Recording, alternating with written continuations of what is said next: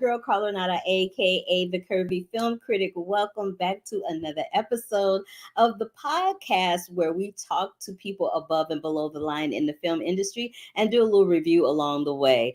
I want to welcome everybody to the broadcast this evening, and I want to say that it's been a really interesting week. So I was telling my producer Mac that I went to my first in-person event, not event, my first in-person press conference that I hadn't been to a press conference in a really long time, like almost 3 years. And it was for the power of the dog. It was interesting. People were, we had to be doubly vaccinated, and we had uh, have negative COVID and all of that. But man, it was just kind of good to be in a room with people again. Some of them I hadn't seen them for 3 years. So we did that. Jane Campion was there, and this film and her, and this a few of the stars in the film, Cody and Benedict and Kirsten, I think, and Jesse too, are all in heavy discussions about being Oscar contenders this year. So it was cool to see that film.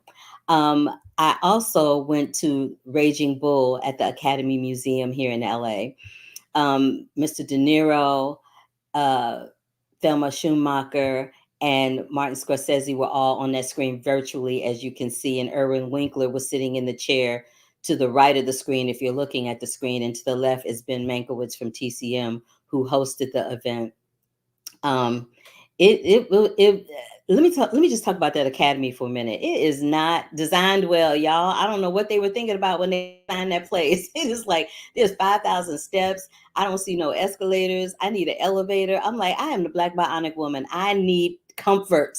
So somebody should have discussed that with a woman before they designed it. But the Raging Bull event was really great. I ran into Leonard Maltin and his lovely wife Alice there, and my friend Gray Drake, and so we had a good time at that. I was also a presenter for the Young Artist Academy Awards. So I presented there. They had me tape something ahead of time, and I sent it in. And I love supporting our youth, and I love supporting women. So it was my pleasure to be a part of that event.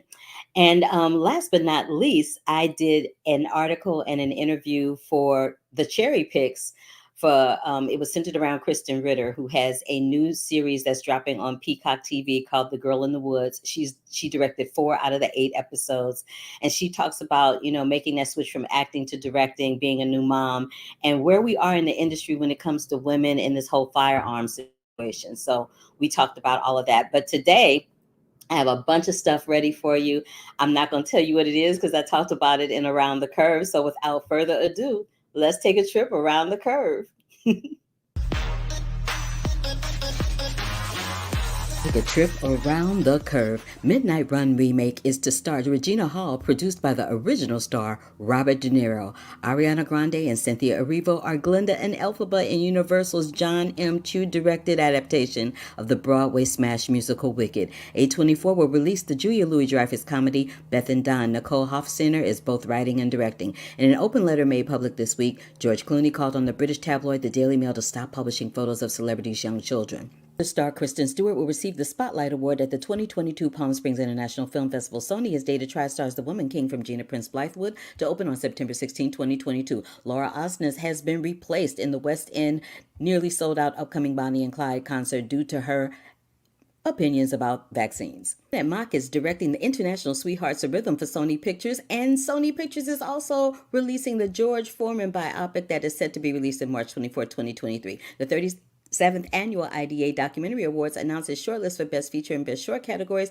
All the nominees will be released on Monday, November 15th. NBC released its first look photos of Selena Smith and Taraji P. Henson in Annie Live, which is airing on the network December 2nd. White has a new evil queen being played by Wonder Woman's Gal Gadot in the Disney latest live-action adaptation, The Maratini Family, starring Nico Todorola, Juan Pablo Pache, Carl Clemens Hopkins, and Emily Hampshire, is set to star in the drama executive produced by Zach Braff. The Paw Patrol universe is expanding. Not only will they get their own sequel dropping via Paramount Pictures on October 13th, 2023, but a spin-off TV series as well. A group of 214 cinematographers are calling for the ban of functional firearms on set in wake of the Rust tragedy.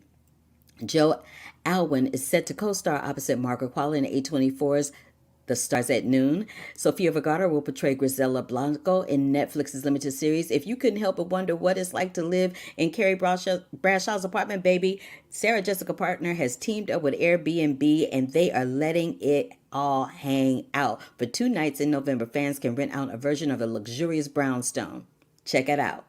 Sophia Boutella is set to star in Zack Snyder's Rebel Moon at Netflix, and Jonathan Majors and Simu Liu are set to make their hosting debuts on SNL, and Taylor Swift gets her fifth turn as musical guest. Robert Downey Jr. and Matt Damon are the latest stars to join Christopher Nolan's Oppenheimer, and the new Morbius trailer dropped, and Jared Leto is out of control. Let me know your thoughts on that one. Disney Plus made sure to give Hocus Pocus fans a treat this Halloween, revealing a slew of new cast members, including Ted Lasso's Hannah Waddingham and Tony Ayo. Oscar winner Malia Leo and Emma Roberts are in final negotiations to lead The Thriller Returns. Phoebe Waller-Bridge and Fiona Shaw join Krasinski's fantasy comedy at Paramount. Mark Wahlberg's unrealistic ideas option Mark Shaw book, Collateral Damage, is about to turn into a documentary film. Emily Blunt is in talks to join Christopher Nolan's next film, Oppenheimer, as well. Taz Ventures nabs the rights to the fantasy film The King's Daughter, starring Pierce Brosnan and narrated by Julie Andrews. Today on the Curvy Critic, baby, we've got all things Spencer. We're going to talk a little electrical life of Louis Wain with my boy Benedict Cumberbatch. We're also going to be talking about a little Belfast action, and I'm going to give you a little sneak peek into the 2021 AFI Film Fest coming up next on the Curvy Critic with Carl Renata, plus interviews from the stars and writers of the beta test, Jim Cummings and PJ McCabe.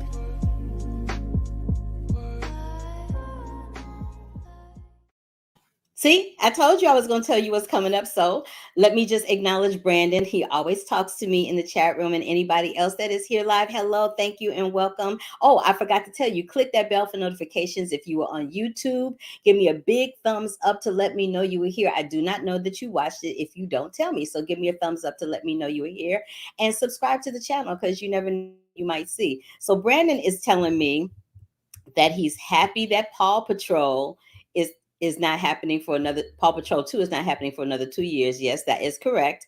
And you also told me that you are going to see my hero movie, Encanto, and Sing 2. Sing 2 is premiering at the AFI Film Festival on the 14th. I will not be able to see it because I will be in New York on the 14th. But yeah, that is it. So thank you, Brandon, for your insight as usual. I love when you do that. So let's talk a little bit about Spencer. Spencer dropped on Friday, November 5th. It is directed by Pablo Larraín and is written by Stephen Knight, and it stars Kristen Stewart. It is produced by Neon Pictures, Neon Rated. So this particular, it's not a biopic. It literally just deals with Princess Diana Spencer, during the Christmas holidays with the royal family in their estate in Norfolk, England. Diana has decided at this point that she wants to end her marriage with Prince Charles, but this is like the last family get together as a royal before that happens.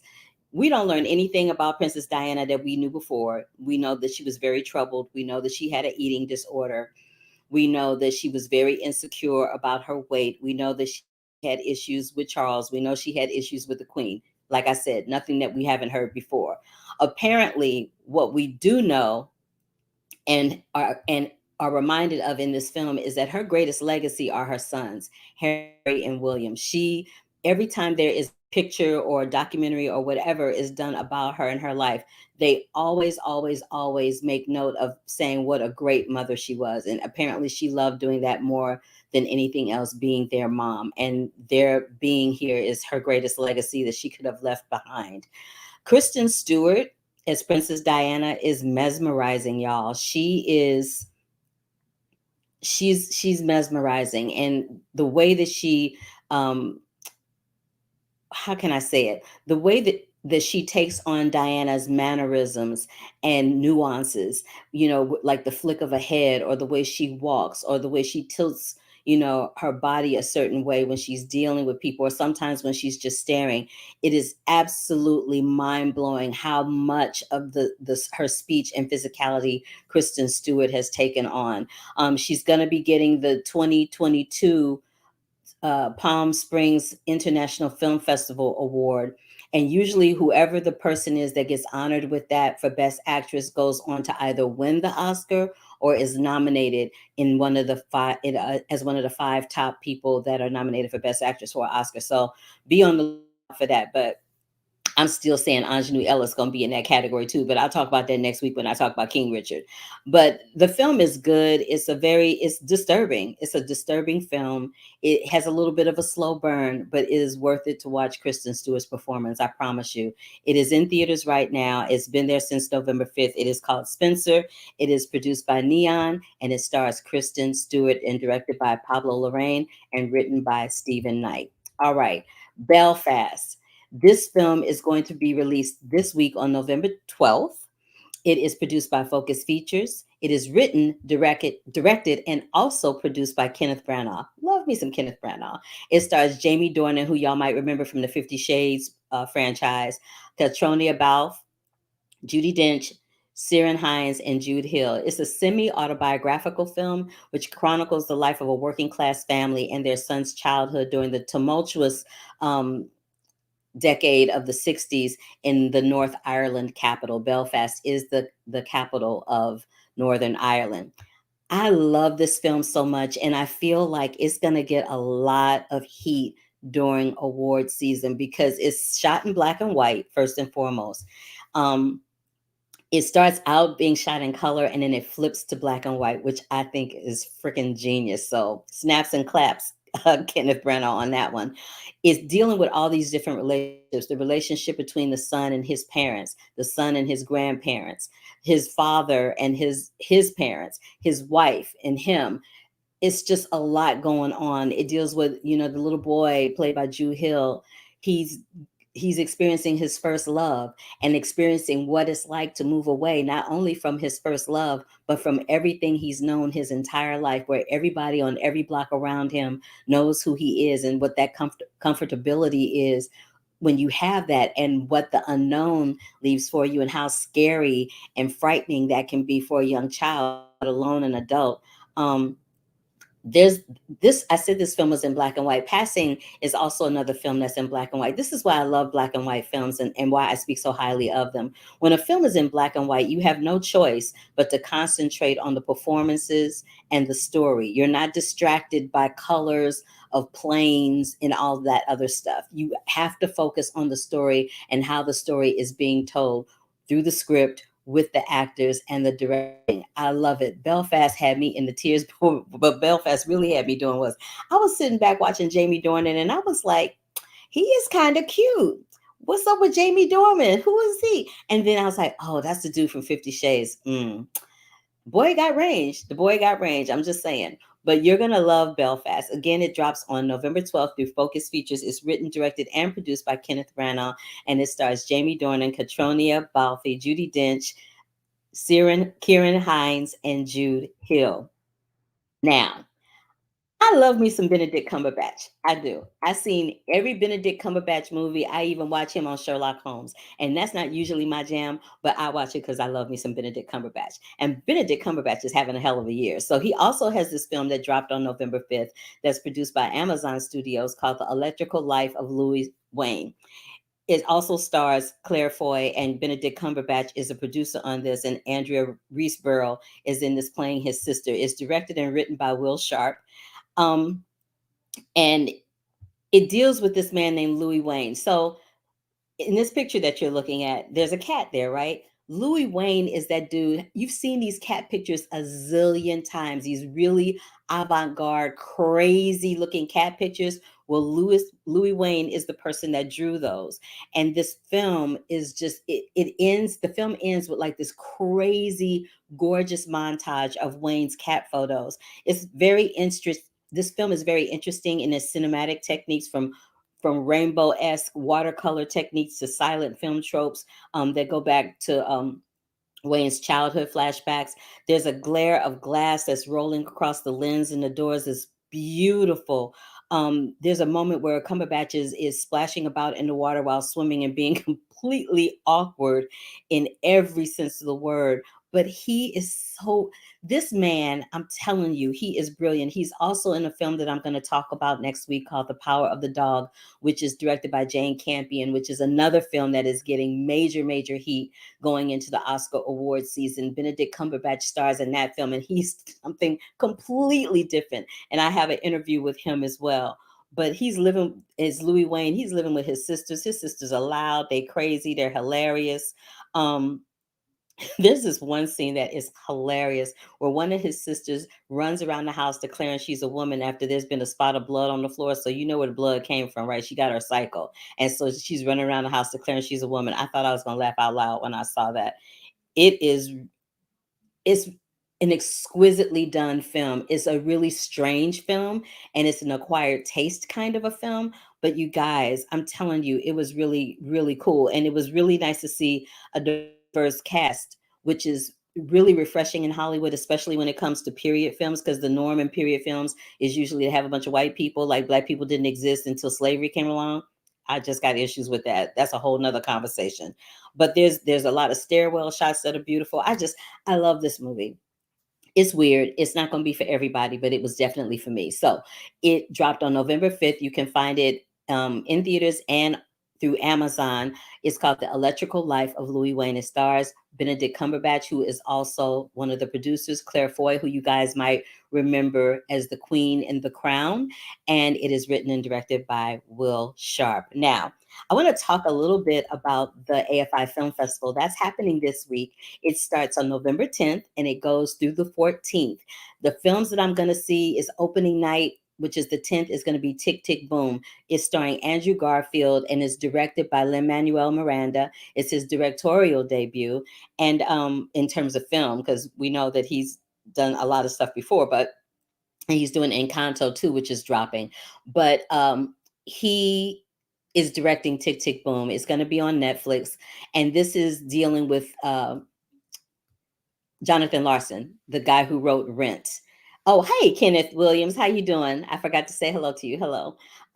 So yeah, Jonathan Larson, who wrote Rent, he wrote this Tick, Tick, Boom piece actually before he wrote Rent. And I think he kind of sort of finished it and it was kind of just laying around. So they've decided that they're going to resurrect it and they made it into a film. And Andrew Garfield is essentially playing Jonathan Larson. So that's opening the AFI Film Festival. I'm going to see, I'm going to see Swan Song. I'm going to see Citizen Ash, Parallel Mothers, which stars Penelope Cruz, and King Richard, which I mentioned earlier, stars my friend Anjanou Ellis, Will Smith, Sanaya, and Demi, the two young girls that play Venus and Serena, and Tony Goldwyn, who y'all remember Tony Goldwyn from Scandal. And next week, I will have interviews not with Will, because Will's not doing a whole lot of press for this, but I will have interviews with Sanaya, Demi, Tony, and Anjanou next week on the Kirby Critic with Carla Renata. But I wanted to make you aware, if you're in the Los Angeles area, you can still get some tickets at the last minute through the AFI Fest website. And you can I think there's still some passes available, but I just wanted to make you guys aware of it, because a lot of the films that come out of the AFI Fest, again, end up being conversation starters when it comes to award season. So I just wanted to put it on your radar and tell you about those films. And last week I talked about this film called The Beta Test, and the film was crazy as hell. I told you it was crazy, and I talked about it last week. But what's even crazier are the filmmakers and the stars, Jim Cummings and PJ McCabe. I had an opportunity to sit down and talk to them. It's a long one, but it's a lot of fun. So take a look and a listen to this interview with PJ McCabe and Jim Cummings from their film, The Beta Test. Hey, PJ and Jordan. Hi, how are you? You like how I said that, Jordan? Yeah. It's great. It's great. Dude, this movie is crazy as hell. But it was crazy as hell. I was like, what am I watching? Good. But what I really want to know right off the bat is, if you were invited and blindfolded to have a one-night stand with a celebrity crush, who would that person be for you? I'll start with PJ first. Oh my God. So it's not even, usually people ask us, will you do it? You're actually asking who we would do it with, knowing that we would do it. Wow. Yeah. Oh man, I don't know. That's tough. Kate Uh, Beckinsale. No question. yeah, No yeah. question. That's I've been in Both of love with y'all her. are just you. I would Well, know. both of y'all are just you, Jim. Just no, me. that's always our go-to. I've been in love with her since I was Yeah. 11 years old or whatever. Of course, it would be Kate Beckinsale. No question. Yeah, Okay. that's always our go-to for sure. That's always your go-to. Okay, Yeah. I'll accept that. And I was just playing at the beginning when I was calling you Jordan. I know your name is Jim. Well, it's funny. It's like no, everybody calls us that because of our character's name. PJ actually gets to play his real character, PJ, which we thought was perfect for him. I had to be someone else. I had to be a jerk, so we called him Jordan. I peeped that, but I was just playing at the beginning. I also wanted to know. I saw something where PJ said that you guys were using this film to kind of hit the reset button on BS in Hollywood. Absolutely. Why did y'all feel that was necessary to do that? Every meeting we've ever had in Hollywood. I mean, like, it's all bullshit. There's so much corporate doublespeak, and nothing gets done and nothing gets made. And it's just talking about making movies and dancing around stuff and trying not to get fired and all of that stuff that just makes it very complicated to get anything done, especially anything good done. And I just got so frustrated with it. And everybody knows about it. Everybody lives inside of it. And so we wanted to pop the balloon a bit. Okay, PJ, you have anything to add to that? No, absolutely. I mean, literally all the let's keep talking and we're all excited. I mean, that's every meeting we've had for years. And it's just the same language. There's this like weird corporate doublespeak that's been instilled in all of these, various bullshit Hollywood meetings that we have. That means nothing. It just means like, all right, yeah, thanks for showing your face. Let's never do anything. Yeah, it's awful. It's exhausting. Like we don't have to talk like this. Like, let's just be honest. Like, honestly, I was going to say that must be hella annoying. Oh my God. Because you get all excited to get stuff moving, and then they up in there talking a bunch of mess. And because they don't even try to fake that there's not even fake enthusiasm. It's just like, yeah, we're excited. It's like, they don't even try. The other thing is, like, our favorite is talking to assistants who are in that world, who hear that 20 times a day to different creatives and writers and stuff. And they have think about how taxing that would be to be the assistant of someone who's constantly spewing that bullshit. Just like, this is never going to lead to anything. This is just so stupid. What am I doing here? It's so toxic. So your catchphrase is there's my guy. There he is. What's your catchphrase in real life, PJ? Oh man, my catchphrase in real life. Do I have a catchphrase? I know yours. For sure. For sure. Wow. He goes for sure a lot. I do. It's good. Yeah, for sure. And what's mine? Jim? What is you? I don't PJ, know. you would know. Yeah, what do you? It's usually the F word. It's usually just I know. The problem is a lot of our catchphrases are very curse word heavy. I feel like we curse a lot, especially after a few drinks. I guess do it yourself, or like or maybe F them. I say a lot. That's a good one. Yeah. Yeah. I'll share with you mine. When I can't remember somebody's name, it's like, "Hey, baby, how you doing?" That's good. Yeah, that's good. That's good. Hey, baby, and people love being called baby. Don't matter if it's the guy or girl. They're like, "Aw." Warms your heart to be called baby. Yeah, exactly. Yeah. Bless your heart. Hilarious. Now, how did you guys go from being classmates at Emerson to making a feature film about Hollywood and adultery? A lot of bad decisions you have got a us way there. of summing up our whole life in one sentence. I think like PJ was in the acting program. I was in the film program. I knew nothing about acting. I still don't. And then PJ and I started writing together for like TV development of like different shows that we wanted to do. And then that developed this kind of writing style of us doing it out loud instead of writing drafts and hearing the voices in our heads and writing down what we hear. Instead, it was like us acting a lot and using our acting skills to then transcribe that to screenplay format to be writers. And so, when we discovered that and we were any good at it, it was like, oh, this could be a good future for us. And so we did that for 4 years off and on while I was also making my little movies, my other features. And then with this one, it was just a no-brainer that we were going to co-direct it and co-write it and act in it because we were having so much fun talking about it. We've watched each other go through high highs and very low lows, and we've kind of bonded with each other in strange ways through all of those times, and it kind of bled over into our storytelling now. I can't wait to have high highs. Yeah. When we get there, it's gonna be great. Don't worry. I love y'all. Y'all are the best people to interview ever. But having said that, I want to know if there was an iconic movie that you guys had an unlimited budget to resurrect, what would it be? Oh man, you're asking good questions. You're getting some more. Well, thank you. I Yeah. appreciate that. That's why I make the big bucks. You're giving us like our best, most. We have a good answer, but we're working on it. It's a movie from the early 2000s that we can't talk about because we really want to do that one.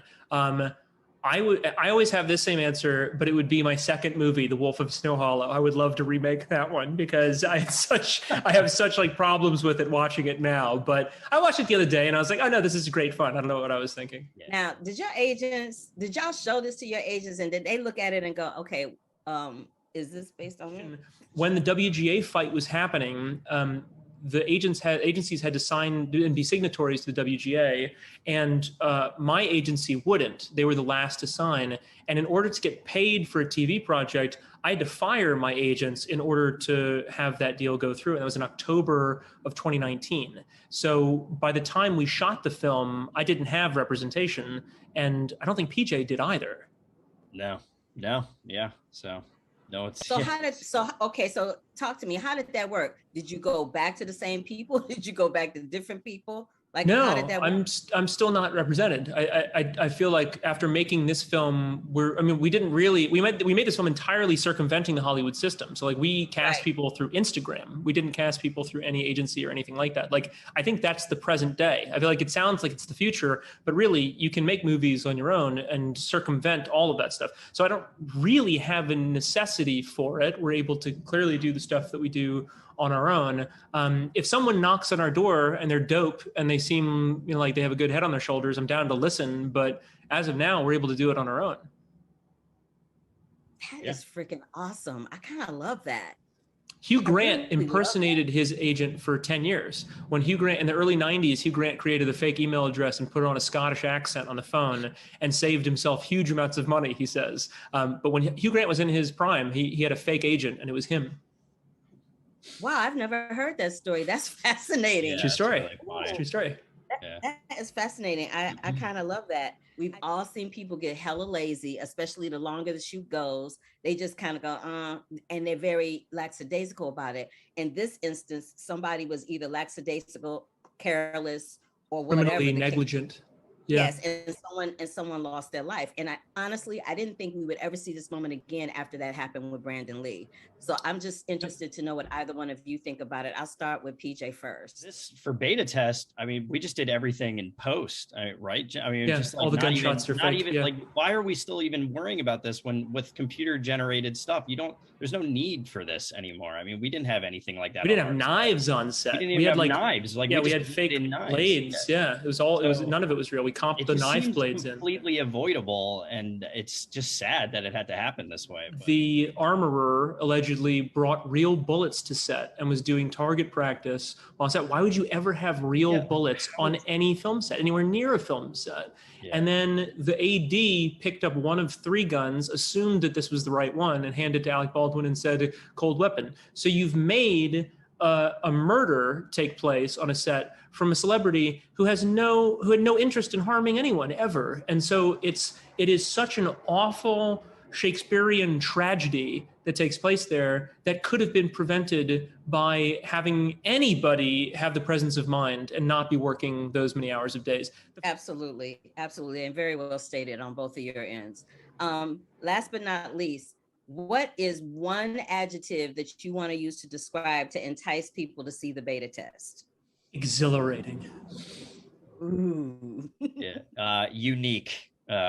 Very. And unique it is. Very unique it is. Because I was sitting over here going, what the hell? Thank you, PJ and Jim. I appreciate you so much. Thank you so much. It was our pleasure. Thank you for having us. Thank you very much. All right. Bye. When I said that was one of the best interviews I've had, we had a discussion, and the interview was way longer than what y'all saw, but I loved talking to them because they made some really, really good points about why are we still doing stuff with live firearms when you can do it in post, that part. They talked about being able to make a film on a $250,000 budget, $250,000, and not having agents and casting people on Instagram.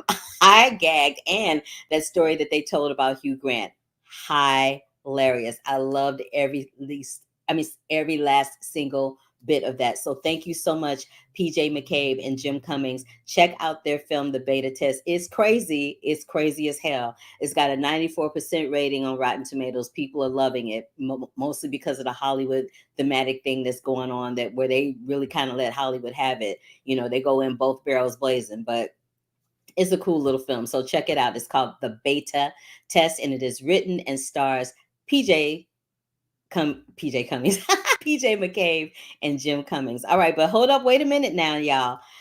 Let me crack my neck a little bit and sit back. So next week, this is what we got next week on November 15th. This is who we got. We got from King Richard, we got Anjanou Ellis, Tony Goldwyn, Sanaya Sidney, and Demi Singleton. Sanaya and Demi play Venus and Serena. Anjanou plays their mom, Oracene, and Tony Goldwyn plays one of their coaches. There's that. So I got that one. Then from The Power of the Dog, the Jane Campion movie that I spoke about, I've got Benedict Cumberbatch. I've got Kirsten Dunst, Jesse Plemons, and Cody Smith McPhee. I'm going to do a wrap up of the AFI Film Festival because it would have been wrapped and over with by the time we come back next week. And I'm also going to do reviews of Come On, Come On with Joaquin Phoenix, Jagged, the documentary about Alanis Morissette that I told y'all about earlier when I was doing the Toronto International Film Festival. And I have an interview from the filmmaker of She Paradise, which is like this Caribbean version of like those dance movies like Step Up. Loved talking to her. So I'm going to have her. I'm going to have all those people next week.